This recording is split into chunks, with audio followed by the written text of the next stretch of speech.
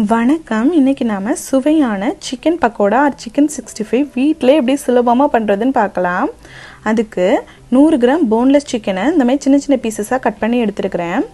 அதில் 1 ஸ்பூன் மிளகாய்த்தூள், அரை ஸ்பூன் சீரகத்தூள், 1 ஸ்பூன் மல்லித்தூள், 1/4 ஸ்பூன் மஞ்சள் தூள்,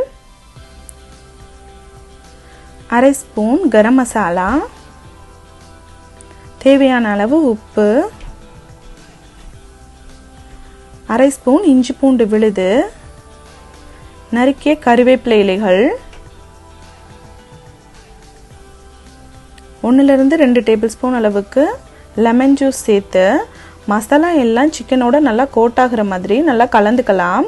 நல்லா மிக்ஸ் பண்ணி இந்த மாதிரி சிக்கனோட மசாலா எல்லா பக்கமும் போகிற மாதிரி கலந்து வச்சுக்கலாம். இப்போ இந்த சிக்கனை 20-30 நிமிஷம் மேரினேட் பண்ணி வச்சுக்கலாம். அப்போ தான் அந்த மசாலா எல்லாம் சிக்கனுக்குள்ளே போய் நல்லா டேஸ்டியாக இருக்கும்.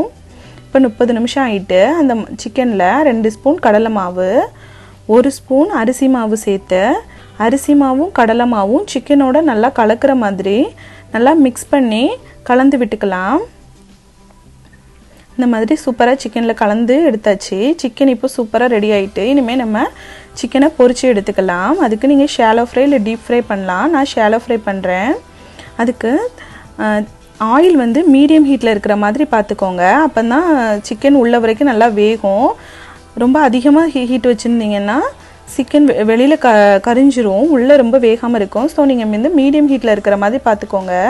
2 பக்கமும் திருப்பி விட்டு 2 பக்கமும் நல்லா வெந்ததுக்கப்புறமா வெளியில் எடுத்து வச்சுக்கலாம். உங்களுக்கு ஃபுட் கலர் பிடிக்கும்னா ஃபுட் கலர் சேர்த்துக்கலாம். அப்புறம் கார்ன்ஃப்ளவர் மாவு வச்சும் பண்ணலாம். கார்ன்ஃப்ளவர் மாவு வச்சு பண்ணுறதை விட கடலை மாவு அரிசி மாவு வச்சு பண்ணும்போது சிக்கன் ரொம்ப சாஃப்டாக சூப்பராக இருக்கும். நீங்களும் இந்த சுவையான சிக்கன் 65 வீட்டில் ட்ரை பண்ணி பாருங்கள். நன்றி.